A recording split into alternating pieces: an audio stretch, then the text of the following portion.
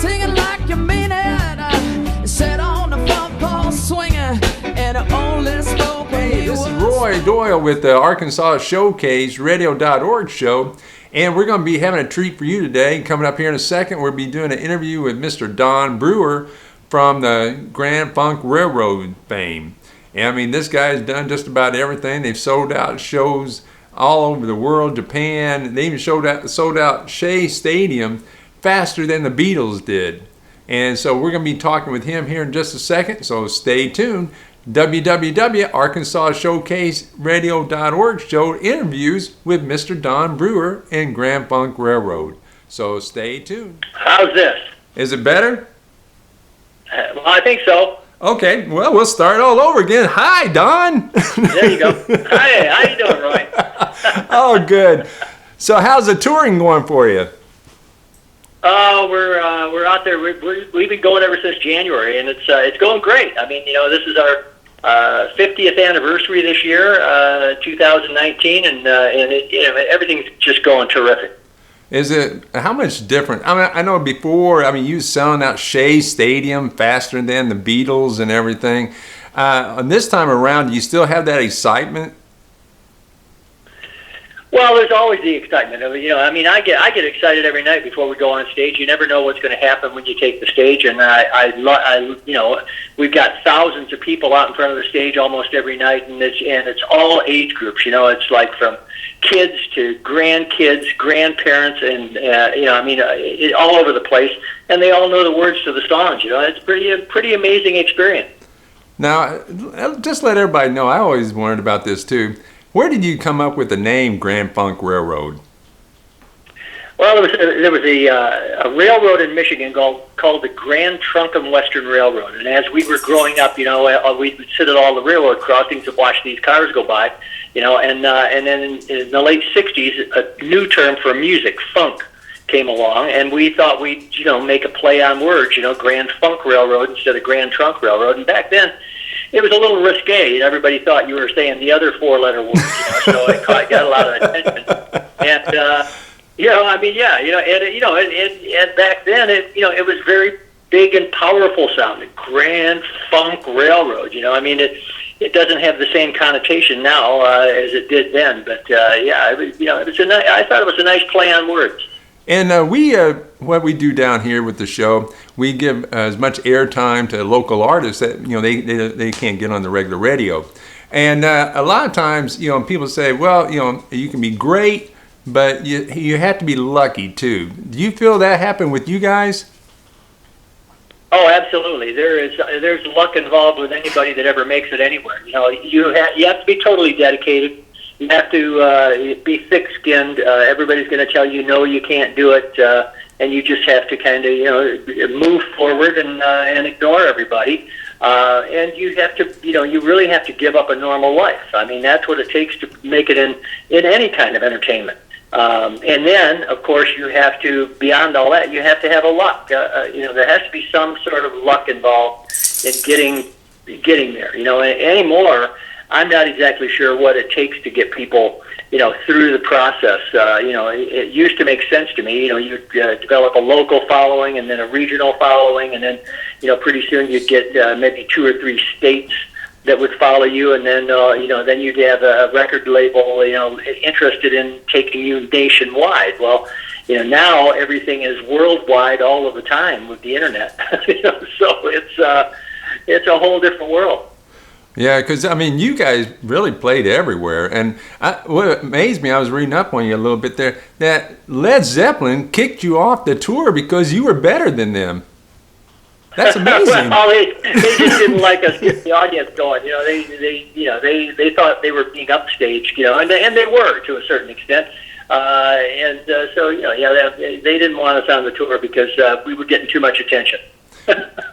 That's pretty cool right there. You guys have had everything. You've had gold records, platinum records, but besides selling out those concerts and everything, the high point to you must have been that the Simpsons mentioned you on their shows. You made it then. If Homer says okay. It certainly is an endorsement, isn't it? It's a real piece of American pie to have Homer Simpson, declare you as one of his favorite bands. Yeah, no doubt about it. That was a big hit. I think we've been mentioned numerous times on The Simpsons, and I'm pretty sure that one of the writers or even the producer of The Simpsons was a big Grand Funk fan. Because it comes up constantly.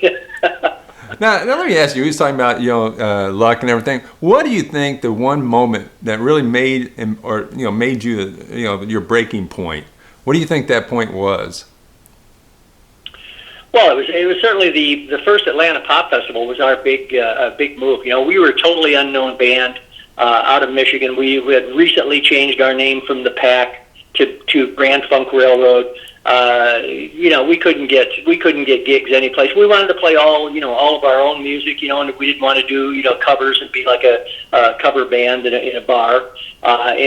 So we wanted to do concerts and play our own music, and as a result, we didn't get any work. And luckily, we had a friend, that knew somebody at the Atlanta Pop Festival that they were organizing. This was the same year that Woodstock was happening, and they were organizing the first Atlanta Pop Festival. And they said, if you can get your band down here, we'll put them on opening act, opening day of the Atlanta Pop Festival. And of course, they didn't pay us anything. We just had to get there and do it. And of course, we borrowed a van and rented a trailer and took our gear down there and went on. Opening day, it must have been 100 degrees outside, but we had 30,000 people out in front of the stage, and by the end of the show, they were giving us a standing ovation, and that was really our lucky prick. We were somebody then. Before that, Grand Funk Railroad was nobody. At that point, we were somebody. Now, everybody talks about we're an American band, where you introduced cowbells. Is that where this Saturday Night Live skit came from? We need more cowbells. Well, it was one of the songs, I'm sure. There were several songs, back in that time period that had cowbell. Mississippi Queen by, what was the band? Leslie West, Mountain, Mountain, Mississippi Queen. There were a number of songs that had the cowbell. I think that's where that came. But certainly, American Band was right up there. And American Band, you mentioned a lot of stuff from Arkansas. You mentioned Little Rock, and then Sweet Sweet Connie. She's one of our icons down here. And so, what came up with the writing of that? We were flying around from town to town. We were being sued by our former manager, Terry Knight, actually over the name. He was suing every city we were playing in. And at the same time, radio was changing from FM underground, where they would play 7 or 8 minute songs, to commercial radio. It was becoming a commercial sort of a thing. All of the jocks were being told what to play, and everything had to have commercial value and had to be 3 minutes long. And at the same time, we were flying into all these towns, and the thought that came to my mind was, we're coming to your town, we'll help you party it down. And I wrote the song really around that line, and I'm not a great guitar player, but I know 3 or 4 chords on a guitar, and I took all 3 or 4 chords and threw them into the song, and came up with the rest of it. 4 young Chiquitas in Omaha, and Up All Night playing poker with Freddie King, and of course Sweet Sweet Connie and Little Rock, and it's just all of the little tidbits of things that were going on the road at that time. Threw them into the song. I really didn't come up with the tag "We're an American Band" until finally I needed to come up with a title, and I needed a final saying for the song, and it sounded good. It just sounded good to sing it. I wasn't trying to wave the flag or anything, and that's really where the song came from. We needed a hit record bad, so we were looking for how to come up with a hit record. That's where it came from. I mean, the odd one of your big songs was Locomotion, and I guess that was an afterthought or something. It was, it was really, we were looking for a follow-up to the We're an American Band album when we were working on the album Shining On. And we had pretty much completed the album, and we just felt that we needed one more song, that would compete with the strength of We're an American Band. And so we started looking for covers, and it just came up one day. Let's try Locomotion, and it was, it's kind of like a fluke. Grand Funk Railroad doing the Locomotion, it's so dumb it might work.